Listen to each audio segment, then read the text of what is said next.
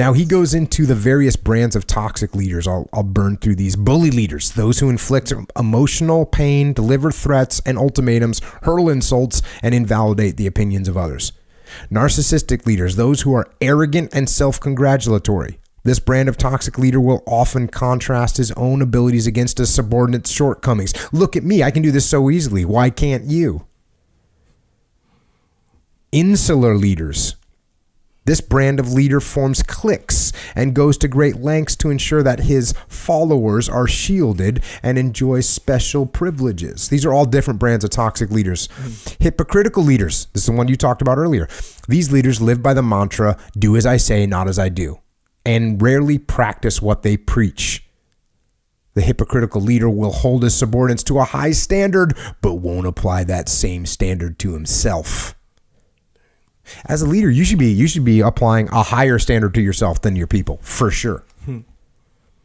Enforcement leaders. This is interesting. Enforcement leaders. This mid-level leader seeks the approval of his superiors without regard to his subordinates' welfare. He will consciously follow orders that are bad, unsafe, or illegal only to stay in the good graces of the organizational culture.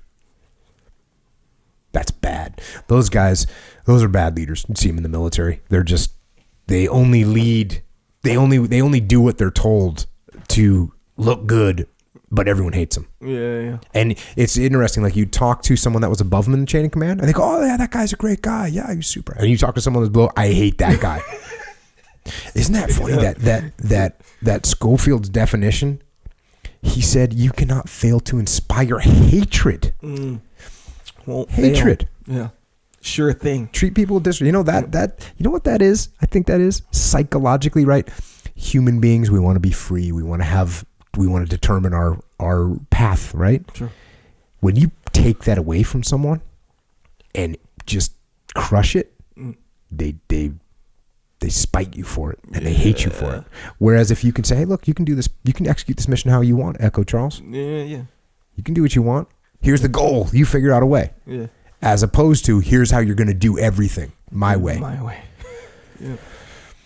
Next one, callous leader. In similar vein to the enforcement leader, the callous leader has a blatant disregard for his subordinates' welfare or desires. Credit hog leaders. These leaders show their toxicity by taking credit for an employee's success or contribution. They resent the notion of giving credit where credit is due. Blame shifting leaders. The mirror image of the credit hog is the blame shifter. This leader is quick to point the finger for anything that goes wrong, and many times he actively looks for someone whom he can assign the blame.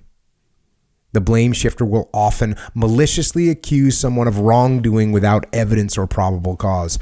That's a person that does not take extreme ownership. Bunch of toxic leaders that he talks about there.